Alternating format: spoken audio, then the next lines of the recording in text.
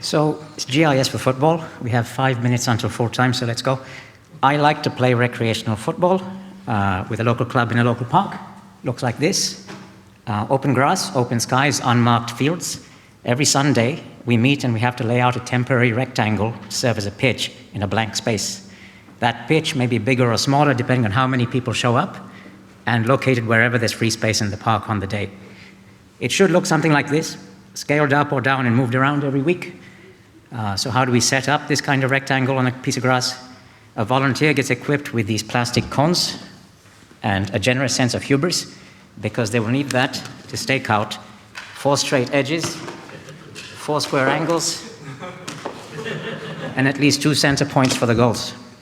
Doesn't usually work out the way that we want. So here's how it typically looks. These are variations of our fields.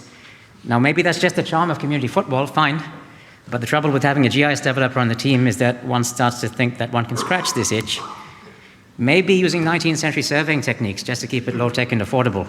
But it turns out using landmarks, bearings, even bits of string and tape is too tedious, too much of a burden for a Sunday football club.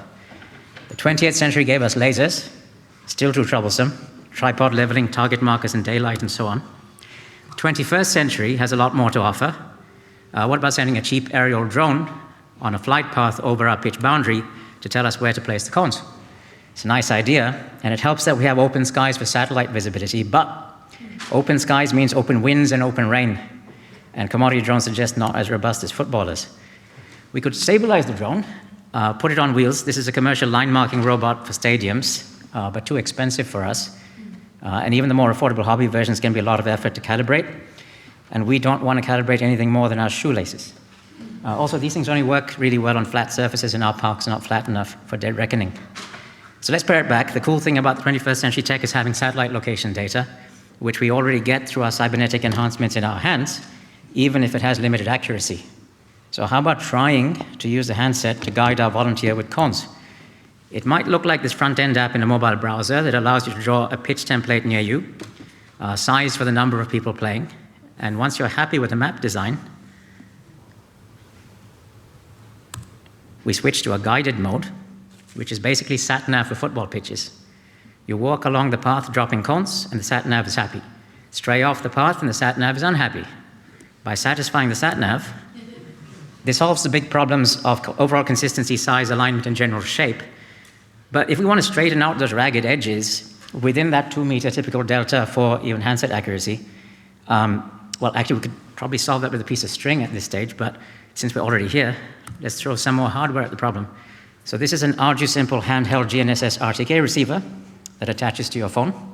It's probably slightly better sensor than most built-in sensors in handsets, but still affordable.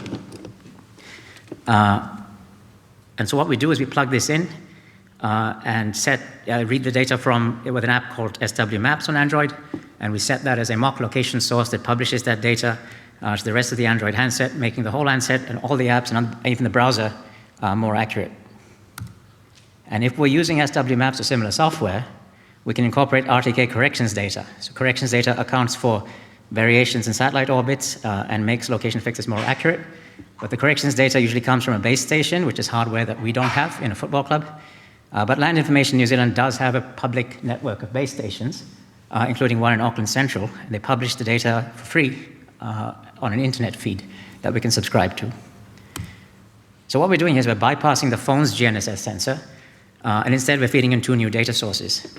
One is a more accurate external gadget, and another is an internet feed for corrections that makes it even more accurate. And then we're using SW Maps as a mock location source to combine the 2 to enhance our lightweight and intuitive pitch design app. So voila, we have sub-meter accuracy under open skies in a commodity handset, enough to help a fun football club to repeatedly and rapidly lay down cones in a rectangle. And that's the current status of the experiment. I want to show you results from today's experiment outside, just in the courtyard over there. That is a straight line with 3 cones aligned, unlike these. So if you want to take a closer look at this prototype, I've got it kind of sort of working. Come and find me afterwards. I should be easy to find, at least today, in this uniform. Now, I've had a feature request already to project the boundary geometry into a live camera view. And sure, why not? I guess now that we have sub-meter accuracy, that could be the next version of the app. That's GIS for football, and that's the score at full time.